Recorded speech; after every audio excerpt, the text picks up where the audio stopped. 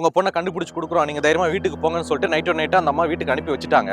அப்படி இந்த பக்கம் பாத்தீங்கன்னா அந்த பொண்ணும் பையனும் ஸ்பீடா வந்துகிட்டு இருக்காங்க திண்டிவனத்தை அந்த கிராமத்தை நோக்கி. டேய் சீக்கிரம் போடா, நம்ம சாயந்தரமே வீட்டுக்கு போக வேண்டியது, நைட் ஆயிடுச்சு, நான் செருப்படி வாங்க போறேன், நான் அப்படி சொல்லிட்டு பயத்துல வந்துகிட்டு இருக்காங்க. அப்படி வர்ற வழியில தான் அந்த பொண்ணுக்கு ஒரு கொடுமையான விஷயம் நடந்திருக்கு. சோ அந்த பகுதியில அந்த டைம்ல போலீஸ் பேட்ரோல்ல இருந்தவன் தான் இளங்கோ, போலீஸ் பிசி. நீ வாமா, நான் பத்திரமா உன்னை வீட்டுல கொண்டு போய் விடுறேன்னு சொல்லிட்டு இந்த போலீஸ்காரனா இளங்கோ அந்த பொண்ணை ஜீப்ல ஏத்திட்டு அப்படியே டிரைவ் பண்ணிட்டே இருக்கான். பக்கத்துல இந்த பொண்ணு உட்காந்துட்டு இருக்கு. என்னம்மா என்ன படிக்கிற, என்னம்மா இந்த நேரத்தை வந்துட்டு இருக்க, அறிவிலே அவனை நம்பி வரேன்னு சொல்லி அப்படி பேச்சை போட்டுக்கிட்டு அந்த பொண்ணோட கை வைக்கிறது, அப்படியே தலையை தடை கொடுக்கறது, அப்படியே பேசிக்கிட்டே கை அப்படியே உள்ள கொண்டு போற, இந்த மாதிரி சில்ட்ட சேட்டையெல்லாம் பண்ணிருக்கான்.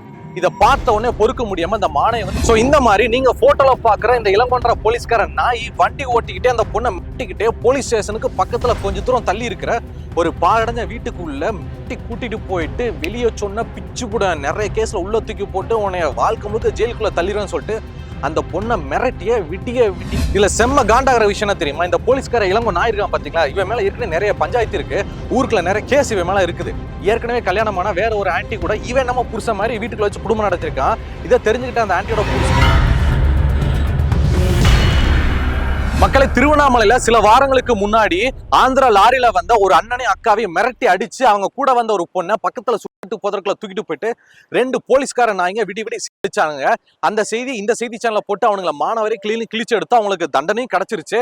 இதுக்கப்புறமாச்சு எல்லாரும் கரெக்டா இருப்பாங்க, அரசாங்கம் வந்து கரெக்டா பண்ணும் அப்படின்னு நினைச்சிட்டு இருக்கும் போது இவனுங்க இன்னும் திருந்தலமாமா, இவனுங்க இன்னும் அப்படியே தான் இருக்காங்க அப்படின்ற மாதிரி இப்ப ரீசெண்டா திண்டிவனத்துல பாய் ஃப்ரெண்டு கூட 7 வெளில போயிட்டு காலங்காத்தால வந்த ஒரு பொண்ணை ரோந்து போலீஸ் அந்த பொண்ணை தூக்கிட்டு போயிட்டு சிரிச்சிருக்கான். ஏன்டா நீங்களா திருந்தவே மாட்டீங்களாடா, போலீஸ்காரங்களே ஒரு சில காஜி பிடிச்ச போலீஸ்காரன் இந்த மாதிரி இருக்கீங்களே, வெக்கமா இல்ல அப்படின்னு சொல்லிட்டு மக்கள் அவங்கள கேட்கிற அளவுக்கு இந்த சம்பவத்தில் ஈடுபட்ட அந்த திண்டிவனம் போலீஸ் யாரு, அந்த போலீஸால பாதிக்கப்பட்ட அந்த மாணவி யாரு, அந்த மாணவி கூட வந்து அந்த பாய் பெஸ்ட் யாரு, அந்த மாணவி அந்த பாய் பெஸ்டியும் காலங்காலத்துல அந்த காட்டு பகுதியில என்ன பண்ணாங்க, அந்த மாணவிக்கு அந்த போலீஸ்காரனால காவல் நிலையத்துல எந்த அளவுக்கு கொடுமையான சீரழிப்பு நடந்துச்சு, அந்த பொண்ணு எப்படி தப்பிச்சு வெளியே வந்தாங்க, இந்த விஷயம் எப்படி வெளியே தெரிய வந்துச்சு, கடைசியில அரசாங்கமும் மேற்படி காவல்துறை அதிகாரிகள் அந்த போலீஸ்காரனுக்கு என்ன தண்டனை கொடுத்தாங்க, இப்ப என்னதான் கதை அப்படின்றதா இந்த செய்தியில நீங்க தெரிஞ்சுக்க போறீங்க. மக்களை இப்ப என்ன பஞ்சாயத்து அப்படின்னா, திண்டிவனத்துக்கு பக்கத்துல இருக்கிற ஒரு கிராமத்தை சேர்ந்த ஒரு மாணவி, அவங்க அங்க 10ஆம் வகுப்பு படிச்சுட்டு இருக்காங்க.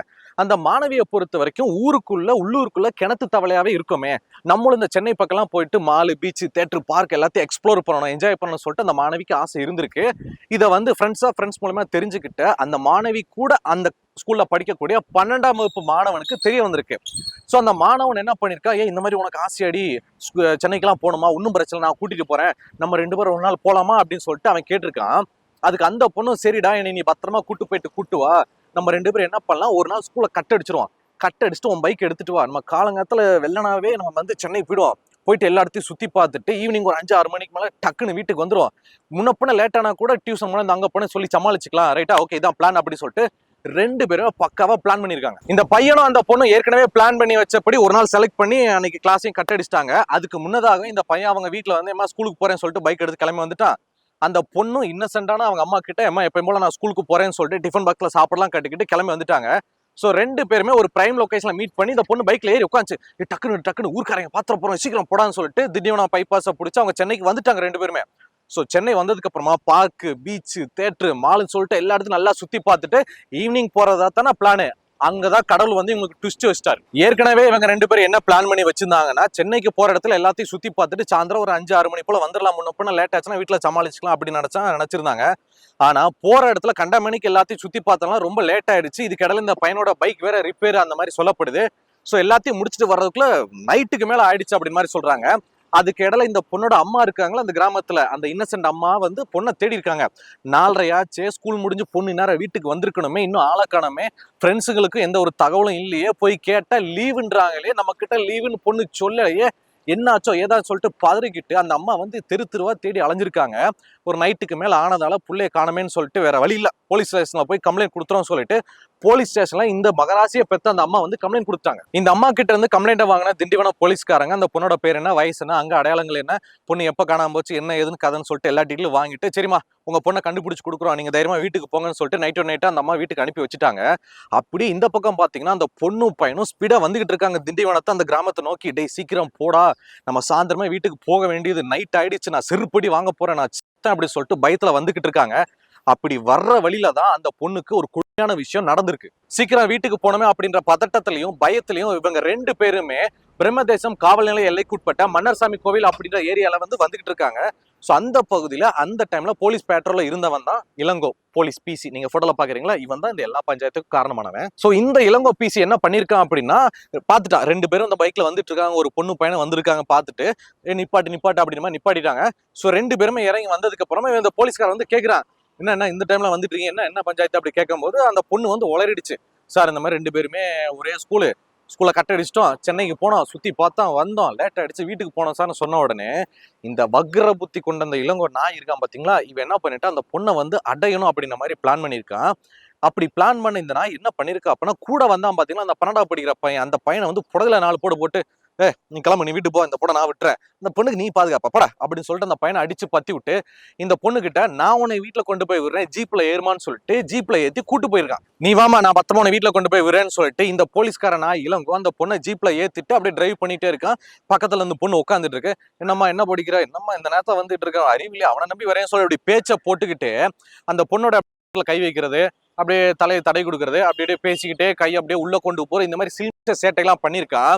இதை பார்த்த உடனே பொறுக்க முடியாம அந்த மானையை சார் என்ன சார் இந்த மாதிரிலாம் பண்ணிக்கிட்டு இருக்கீங்க, எனக்கெல்லாம் பிடிக்காது, தப்பா இருக்குது, நீங்க என்னை இறக்கி விடுங்க, இல்லாட்டி நீங்க வேற இடத்த கூட்டு போங்க, என்னை வீட்டுல விடுங்க, இல்லாட்டி நான் கத்தி கூப்பாடு போட்டுவேன், இல்லாட்டி அப்படியே குதிச்சிருவேன் அப்படின்னு சொல்லிட்டு இவனை பயமுறுத்தி இருக்காங்க அந்த பெண்ணு. இந்த மாதிரி அந்த பொண்ணு நான் குதிச்சிருவேன், கத்திருவேன், கூப்பாடு போட்டுறேன்னு சொன்ன உடனே இந்த போலீஸ்கார இளங்கோக்கு டென்ஷன் ஆயிடுச்சு. என்ன ஓரா பேசிட்டு இருக்க, அந்த பையன் கூட கட்டை அடிச்சு வீட்டுக்கு சொல்லாமனா போயிருக்க, சென்னையில போன இடத்துல என்னெல்லாம் நடந்துச்சு ஒண்ணுமுன்னா இருந்திருப்பீங்களா, என்கிட்ட என்ன ஃப்ராடு வரையா, உன்ன மாதிரி எத்தனை பொம்பளைய பார்த்திருப்பேன், சும்மா சீலாம் போடாத, என்ன உங்களை நான் வேற மாதிரி கேஸ் எல்லாம் போட்டு உள்ள தள்ளிடுவேன் அப்படின்னு சொல்லிட்டு இந்த போலீஸ்காரன் மிரட்டி இருக்கான். சோ இந்த மாதிரி நீங்க போட்டோல பாக்குற இந்த இளங்கோன்ற போலீஸ்காரன் நாய் வண்டி ஓட்டிக்கிட்டே அந்த பொண்ணை மிரட்டிக்கிட்டே போலீஸ் ஸ்டேஷனுக்கு பக்கத்துல கொஞ்சம் தூரம் தள்ளி இருக்கிற ஒரு பாழடைஞ்ச வீட்டுக்குள்ள கூட்டிட்டு போயிட்டு வெளியே சொன்ன பிச்சு புட நிறைய கேஸ்ல உள்ள தூக்கி போட்டு உன்னைய வாழ்க்கை முழுக்க ஜெயிலுக்குள்ள தள்ளிடுவேன்னு சொல்லிட்டு அந்த பொண்ணை மிரட்டிய விடிய நிறைய டைம் அந்த பொண்ணை சீரழிச்சிருக்கான். சீரழிச்சதுக்கு அப்புறமா வெளியே சொன்ன வச்சுக்கோங்க குடும்பத்தோட உள்ள தள்ளிடுவேன் அப்படின்னு சொல்லிட்டு இவன் அந்த பொண்ணை மிரட்டி அனுப்பி விட்டுட்டான். இந்த போலீஸ்கார இளங்கோ நாய் என்ன நினைச்சான், ஏற்கனவே சென்னைக்கு போயிட்டு சுத்திட்டு வந்த பொண்ணு தானே, கட்டடிச்சுட்டு போன பொண்ணு தானே, அந்த பொண்ணை அது யாருக்கிட்ட போய் சொல்லும், வீட்டுல போய் பேரண்ட்ஸ் கிட்ட சொன்னா கூட மானம் போயிடு நினைச்சு ஏழவாழ குடும்பம் ஒன்றும் பெருசா போக மாட்டாங்க அப்படின்னு சொல்லிட்டு தப்பு கணக்கு போட்டான். ஆனா இந்த பொண்ணு நேரா வீட்டுல அவங்க அம்மா கிட்ட போய் நின்றுச்சு. அவங்க அம்மா பொண்ணை பார்த்த உடனே எங்கடி போன, நான் பெத்த மவளே எங்கடி போய் தொலைஞ்ச, என்ன ஆச்சு இந்த கதியில நிக்கிற, அழுதுகிட்டு வரேன்னு கேட்கும் போது அந்த பொண்ணு எல்லாத்தையும் சொல்லிருச்சு. அம்மா இந்த மாதிரி 12ஆவது படிக்கிற பையன் கூட சென்னைக்கு போனேம்மா, சாயந்தரத்துக்குள்ள வரலாம்னு நினைச்சா போனேன், உங்ககிட்ட சொல்லாம போனேன், அவசரமா கிளம்பி வந்துட்டு இருக்கும் போது இந்த இளங்கோ அப்படின்னு போலீஸ்காரன் நான் உன்னை வீட்டுல கொண்டு போய் விடுறேன்னு சொல்லிட்டு கூட வந்தவனை அடிச்சு பத்தி விட்டு இவன் கூட்டு வந்தான். சரி நம்பி கூட வந்தேன், ஆனா என்னை அங்கிட்டு இங்கிட்டு தொட்டு போலீஸ் ஸ்டேஷன் பக்கத்துல ஒரு கட்டடத்துல கூட்டு போயிட்டு நான் என்னப்பா பண்ணேன்னு சொல்லிட்டு இந்த அம்மா கிட்ட இந்த பொண்ணு எல்லாத்தையும் அழுது புலம்பி இருக்கு. இந்த மாதிரி பெத்து வளர்த்த பொண்ணு வெளியே போயிட்டு ஒரு போலீஸ்காரனால சீரப்பட்டு வந்திருக்கு, இது வெளியே தெரிஞ்சா மானம் போயிடும், மரியாதை போயிடும், நம்ம குடும்பத்துக்கு ஆபத்து, அதனால எங்கேயுமே சொல்லக்கூடாது அப்படின்னு சொல்லிட்டு இந்த அம்மா முடிவெடுப்பாங்க நினைச்சுதான் அந்த போலீஸ்கார இளங்கோனா இது எல்லாத்தையும் பண்ணா. ஆனா இந்த அம்மா தைரியமா நம்ம பொண்ணுக்கு இந்த மாதிரி ஆயிருக்கு, நாளப்பன்னு அந்த போலீஸ்கார இளங்கோ நாயெல்லாம் வேற எந்த பொண்ணுக்கும் நடக்க கூடாது இந்த மாதிரி ஒரு கொடுமைன்னு சொல்லிட்டு நேரா போலீஸ் ஸ்டேஷன்ல போயிட்டு கம்ப்ளைண்ட் கொடுத்தாங்க. சார் என் பொண்ணை காண சொல்லிட்டு கம்ப்ளைண்ட் கொடுத்தேன் சார், என் பொண்ணு இவதான், இவளுக்கு என்ன ஆச்சு தெரியுமா, உங்க டிபார்ட்மெண்ட்ல இருக்க அந்த இளங்கோன்ற பிசி பேட்ரோல் அந்த நாய் தான் சார் என் பொண்ணை சீரழிச்சா, பாருங்க என் பொண்ணுகிட்ட கேளுங்கன்னு சொல்லிட்டு கேட்கும்போது அந்த பொண்ணு ஆமா சார் இந்த மாதிரி நடந்து சொல்லிட்டு எல்லாத்தையும் ஒப்பிச்சுட்டாங்க.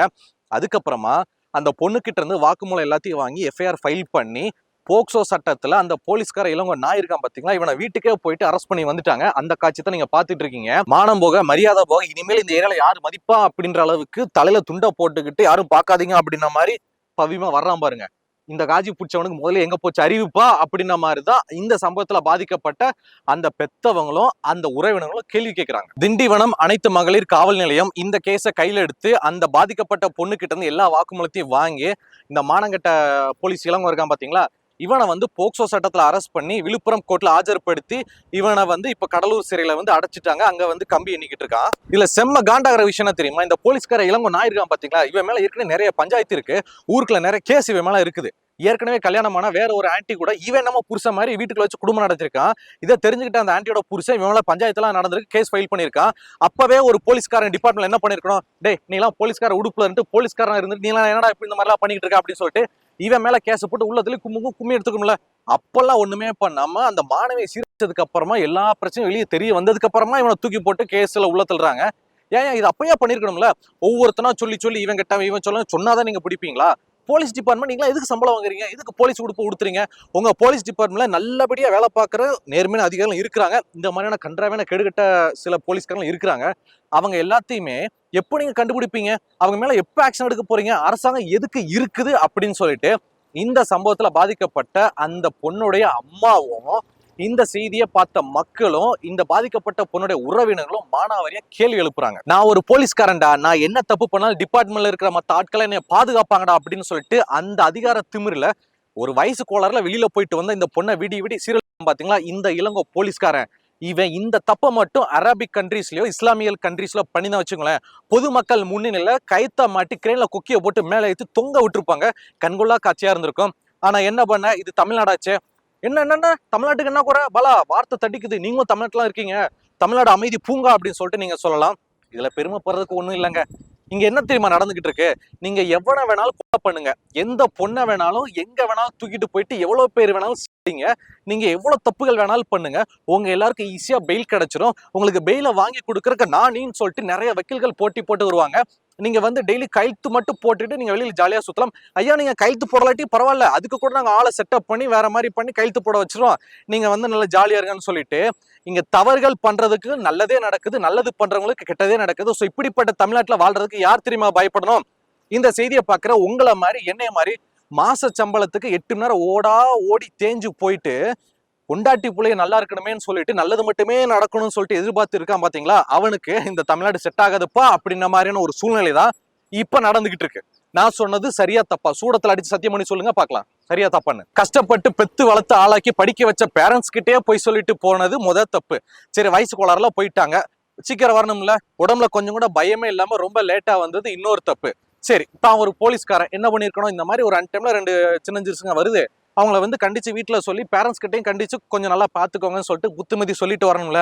அந்த இடத்துல இருந்து போலீஸ்காரன் அதெல்லாம் பண்ணாம அந்த போலீஸ்காரன் அந்த பொண்ணை சிரிச்சான் பாத்தீங்களா, அந்த போலீஸ்கார மேல தப்பு. இவன் மேல ஏற்கனவே பல பஞ்சாயத்துகள் இருக்கிறது தெரிஞ்சுமே இவன் அப்பயே உள்ளுக்குள்ள வச்சு லாடம் கட்டாம இவன் மேல ஆக்ஷன் எடுக்காம ஃப்ரீயா விட்டாங்க பாத்தீங்களா சக உயர் அதிகாரிகள், அவங்க மேல தப்பு. சோ இந்த எல்லா தப்புகளும் சேர்ந்து இப்ப யாரோட லைஃப் நாசமா போய் நடுத்தர்ல வந்து நிக்குதுன்னா இந்த பொண்ணுதான் பாதிக்கப்பட்ட, இந்த பொண்ணுதான். நம்ம யாரை குறை சொல்ல முடியும் சொல்லுங்க மக்களே? இதுதான் பஞ்சாயத்து, இதுதான் பிரச்சனை. இந்த சம்பவத்துல பாதிக்கப்பட்ட அந்த பொண்ணுனுடைய மானம் மரியாதை கற்பு எல்லாமே இழந்து ஊருக்குள்ள தெரிய வந்து ரொம்ப அசிங்கமாயிட்டு என்னடா பண்ணன்னு தெரியாம அந்த குடும்பம் அங்க அழுதுட்டு ஒப்பாரி வச்சுக்கிட்டு இருக்காங்க. இதுக்கு காரணமான இந்த இளங்கோ போலீஸ்காரனையும் போக்சோ சட்டத்துல அரெஸ்ட் பண்ணி கடலூர் ஜெயில அரெஸ்ட் பண்ணி உள்ள தள்ளிட்டாங்க. அந்த பொண்ணை கூட்டிட்டு போனா பாத்தீங்களா அந்த பையனை வந்து பேரண்ட்ஸ் 4 அடி வெளுத்து இனிமேல் ஒழுங்கா ஸ்கூலுக்கு போன்னு சொல்லிட்டு அனுப்பி வச்சுட்டாங்க. இப்படிதான் போய்கிட்டு இருக்கு. தமிழ்நாட்டுல இருக்கக்கூடிய மக்கள் இனிமேல் நம்ம என்ன பண்ணணும் தெரியுமா? நல்ல பணங்காசை சேர்த்து வச்சு இனிமேல் என்ன நடந்தாலும் பணத்தை கொடுத்து நம்மளை நிம்மதியா வச்சுக்கிற அளவுக்கு பணத்தை சேர்த்து வைக்கணும். அப்படி இல்லையா அதே பணத்தை வச்சுட்டு மக்களுடைய நலன் முக்கியம், அக்கறை முக்கியம், மக்களுக்கு எதுனா ஒரு பிரச்சனைனா நாங்க சும்மா இருக்க மாட்டோம் அப்படின்னு சொல்லிட்டு மக்களை மட்டுமே நல்லா பாத்துக்கிற வேற நாடுகள் அரசாங்கம் இருக்கும் பாத்தீங்களா, அந்த நாட்டுக்கு ஓடி போயிருங்க, வேற வழி இல்ல. மக்களை இந்த பஞ்சாயத்துல முழுக்க யார் மேல தவறு இருக்கு, இனிமேல் இந்த மாதிரி நடக்காம இருக்க நம்ம வீட்டுல இருக்கிற பெண் பிள்ளைகளை நல்லபடியா பாத்துக்கிறதுக்கு இனிமேல் நாம என்ன பண்ணணும் அப்படின்ற உங்களுடைய கருத்துக்களை பாலாவக என் கூட சேர்ந்து கீழே கமெண்ட்ல தெரியப்படுத்துங்க.